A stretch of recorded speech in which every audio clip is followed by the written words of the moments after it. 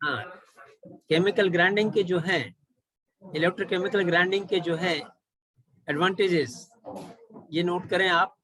No thermal damage to the work piece, क्योंकि जो हमने नोजल लगाई है काफी प्रेशर बहुत ज्यादा है, तो it cools down the work piece as well as the grinder also.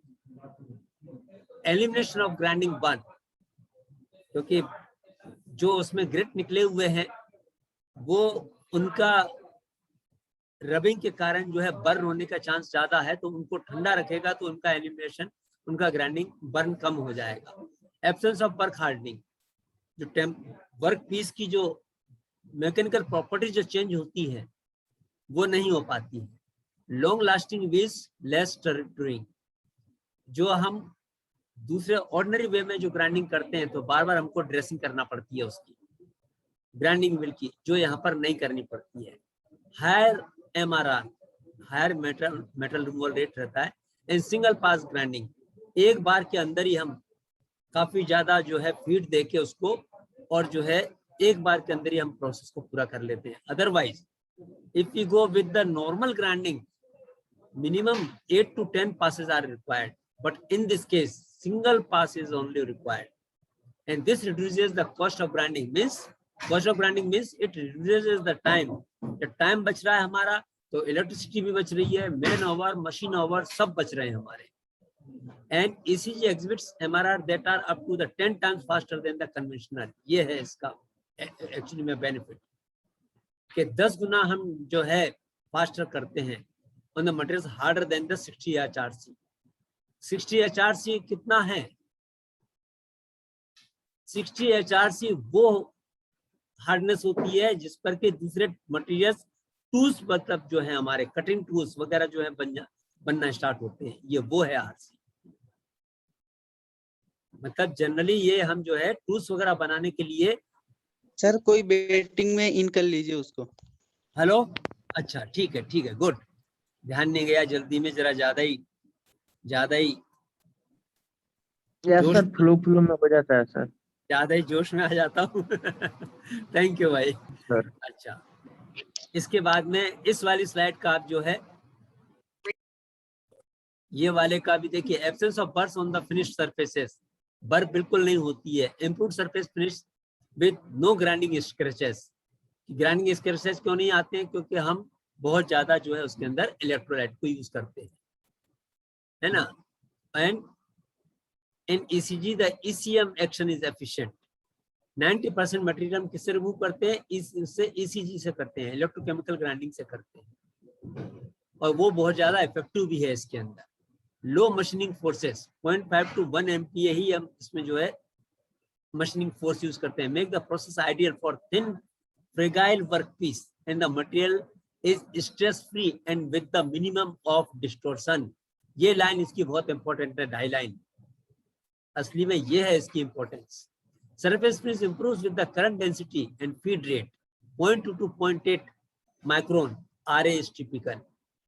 0.2 to 0.8 बहुत हाई सरफेस फिनिश होती है ना, बहुत हाई सरफेस फिनिश होती है। And although 0.025 to 0.1 micron is possible with careful control of the operating conditions। जो बहुत ही hi fi हम टूल्स वगैरह बनाते हैं तो 0.025 it is very difficult to achieve this surface finish, and with this process ECG we are able to achieve this. It is achievable। सबसे बढ़िया बात तो ये है 0.025 RA बहुत मुश्किल होता है दूसरी प्रोसेसेस से अचीव करना। And last one is accuracies are typical plus minus 0.025 mm. Just imagine on a one pass cut, but 0.005 can be achieved for the final pass without the use of the electrolyte। जब हम final cut अगर लेते हैं, इतना अगर हमको finish चाहिए, तब हम इलेक्ट्रोलाइट का यूज नहीं करते हैं जनरली, है ना। क्यों? क्योंकि गैप हम कम कर देते हैं, उसके गैप के बीच में से इलेक्ट्रोलाइट नहीं निकल पाएगा। एक ये भी बात है। कंडीशन क्या है? ये कंडीशन है जो मैंने अभी बताई। नेक्स्ट स्लाइड आपकी जो है नेक्स्ट स्लाइड आपकी आती है लिमिटेशंस। ये हमको पता होना चाहिए लिमिटेशंस क्या है। High capital cost and higher cost of grinding mill initially, मगर वो 10 टाइम्स या 15 टाइम्स हमको सेविंग दे रहा है तो we can manage with that. Then corrosive environment, जो इलेक्ट्रोलाइट है कोरोसिव तो रहता ही रहता है। High preventive maintenance cost, preventive maintenance cost क्योंकि ये कोरोसिव मटेरियल है, इसके कारण प्रिवेंटिव मेंटेनेंस कॉस्ट भी बहुत ज्यादा है। Tolerance achieved are low, difficult to optimize due to the complexity of the process, difficult to optimize that complexity इतनी अधिक है कि कभी कभी हमको प्रोसेस को ऑप्टिमाइज करने में प्रोसेस मतलब जो है प्रॉब्लम आती है। Non conductive materials can not be machined, सबसे बड़ी बात तो ये है क्योंकि एनोड कैथोड हमने बनाया है, अगर नॉन कंडक्टिव मटेरियल है तो उसका हम कुछ नहीं कर सकते। MRR है but ECG can not obtain the tolerances achieved by the conventional grinding, क्योंकि सिंगल पास में जनरली हम काम करते हैं। किसमें काम करते हैं? जनरली सिंगल पास में काम करते हैं, इसलिए अदरवाइज 0.025 बताया आपको without the use of this electrolyte वगैरह तो वो कॉस्टली पड़ेगा फिर क्योंकि सिंगल पास के अंदर बहुत कम मटेरियल रिमूव करने का है तो वो कॉस्टली पड़ता है। एंड लास्ट स्लाइड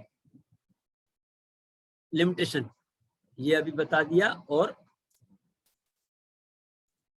ये maximum will contact arc length should not exceed 20 to 25 mm to avoid electrolyte boiling, है ना। will contact arc length तो क्या है कि अवॉइड इलेक्ट्रोलाइट बॉइलिंग। टेम्परेचर बढ़ रहा है ना, ये आपने ध्यान दिया इलेक्ट्रोलाइट का टेम्परेचर, क्योंकि ग्राइंडिंग में सबसे ज्यादा जो है रबिंग होती है, सबसे ज्यादा